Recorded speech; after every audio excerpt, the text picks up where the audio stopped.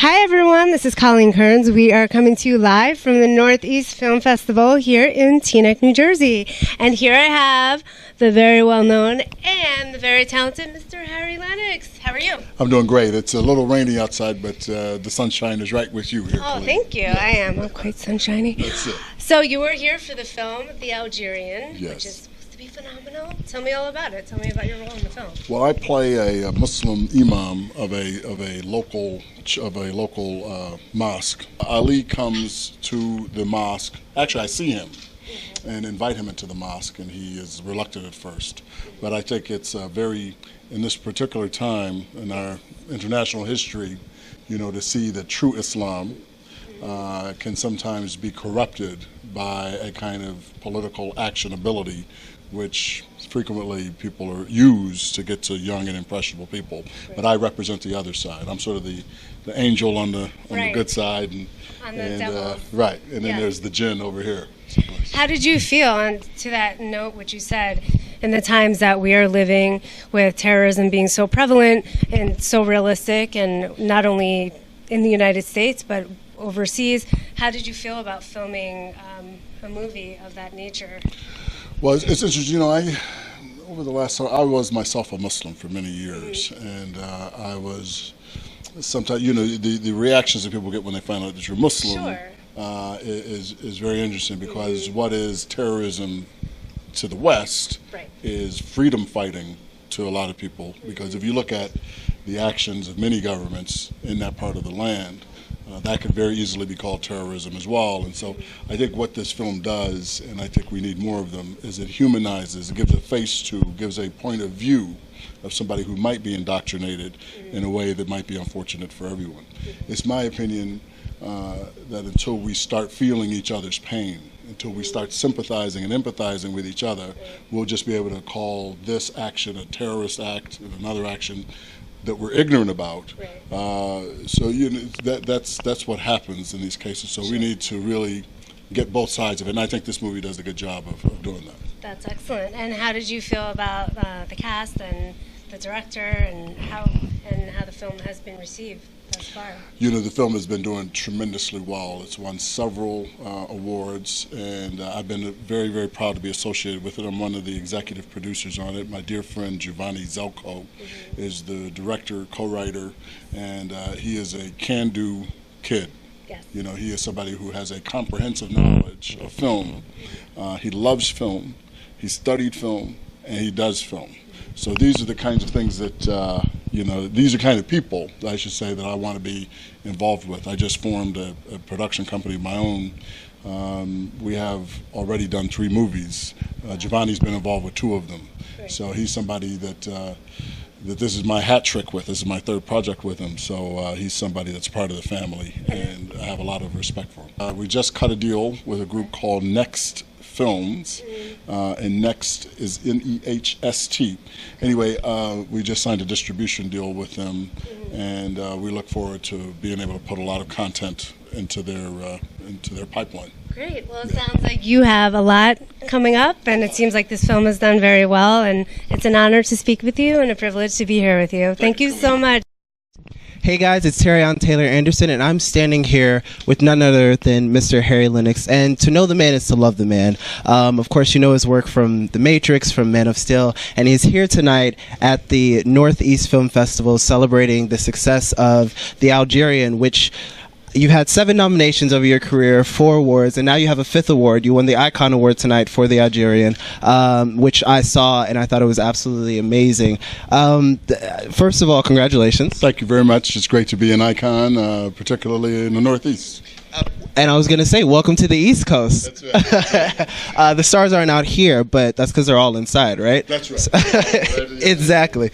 Now, on top of being an acting icon, me as an actor, I've looked up to your work and I've watched your work. But on top of that, also, you are a producer, you're a businessman, and you're a visionary. And I think that all goes into being an icon. So can you give a little insight to all of our viewers out there who are actors or producers, but they want to branch over to other aspects as you have? Can you give us some advice on how you paved that road and how you found success in it? Well, success is a very fluid, term in this industry, just because, really and I tell this to lots of young actors, the biggest part of show business is business. So, I mean, if you look at the greatest entertainers of all time, they've been on some level of businessmen, and they have marketed themselves and sold themselves, made themselves attractive or desirable in some way. Even you look at somebody like Charlie Chaplin. Yeah. If you look at somebody like William Shakespeare, he owned that theater that he was writing the plays for and was an actor in the company. So this is in a long tradition. The only thing that's changed now are the mediums on which we can show our work. They have expanded and not shrunk. So therefore, everybody today can be a producer.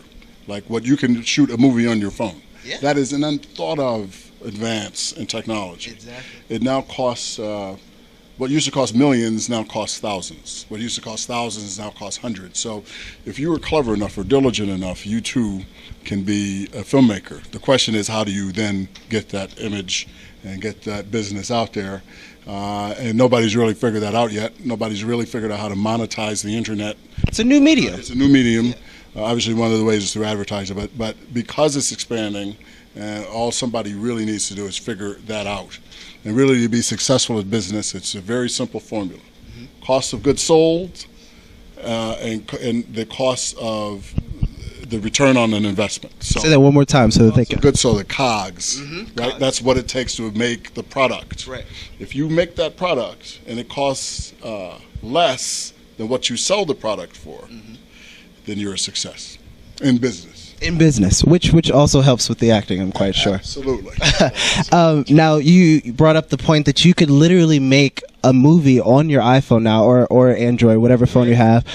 It's come a very long way from the first movie ever created, which was called The Train, which cost so much money, and it was literally 2 minutes of a train rolling in, coming into the camera. But I think overall, whether you're shooting it on your phone or whether you're shooting in a big studio, it takes a team. And I know that you and Giovanni Zelko have worked together on the Algerian. You're working together on some future projects. Can you tell us a little bit about those projects that you guys have coming down the pipe? I can. I'm delighted to tell you about them. Now, was that film, The Train, is that the Lumiere brothers? It was. Yeah, so Giovanni and I, this is our third project, the Algerian. We also are working on a fourth project. So the first project that we worked together on was a short that he did called The Interview. The second was our mutual film we co-executive produced called H4. It's the first black Shakespeare film ever done using Shakespeare's language. Wow. Something in it. Yeah, definitely. Shakespeare, those plays are about 400 years old, and to think that this is the first time, that kind of thing has been attempted is rather actually interesting, although that's not what the movie is about. Right, but it's also innovative, for you all to come in and make that a possibility. Indeed it is, and I think we have a unique approach to it. The third movie is The Algerian, as I say. The fourth is now being finished. It's called Revival, and it is a gospel fantasia about the life and ministry of Jesus Christ. Wow. Told with gospel music and set into a modern time. So it's sort of like Jesus Christ Superstar meets The Wiz. I love it. Yeah. I love it. I'm sad that I missed the audition for it. We're not finished yet. I can show you on my phone. So. And we're back to the new technology yet again. I think there's a reoccurring theme that you guys have here. You all tend to, you and Giovanni together, bring social issues, if you will, that are going on in today's light, and just kind of shining a new perspective on them, whether it's having an all-black cast doing Shakespeare, which the text is timeless, or whether it's doing something like the Algerian, which is so prevalent in our face post 9/11. Where do you guys, are you guys continuing in that pattern? Is this intentional that you guys are making a statement with the productions that you all are doing? Well, I think it's an interesting question. I think that.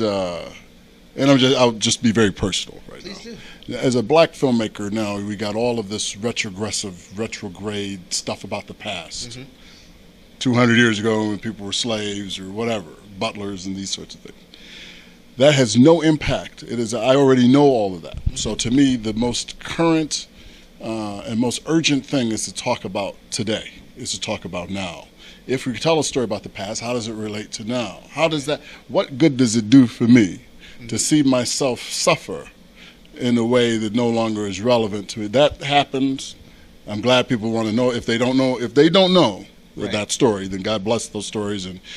But I would like to see something that addresses the very real trouble, certainly about black life, that we see happening right now in Ferguson, that we see happening in Staten Island, with people minding their business. They can't walk down the street without getting shot either by a gang member or by the police to whom they're supposed to be. So where's that movie? Yeah. And how do we help people navigate through this extremely convoluted life in modern times? Very difficult. So even if it's about the past, it should be relevant to the present. We cannot see the future, but the future, I think, is now in the technology. I think if you tell good human stories about people that are recognizable and they have things in common with us, then that story is relevant. And if you're not doing that, then you're an auteur, you are an historian, you are a demagogue, but I would say you're not much of a filmmaker. And I would like to say everything that you just said pretty much sums up why you won the Icon Award tonight, why your artistry is known not only in the U.S. but around the world. You guys filmed this on several continents. It's taken 5 years, but it's a beautiful piece of work. Welcome to the East Coast. We're glad to have you. We hope that you come back again for the Northeast Film Festival next year. And thank you, I think, for your work on this earth and what you're going to continue to do. Thank you, Terry. Great to be here. All right, guys.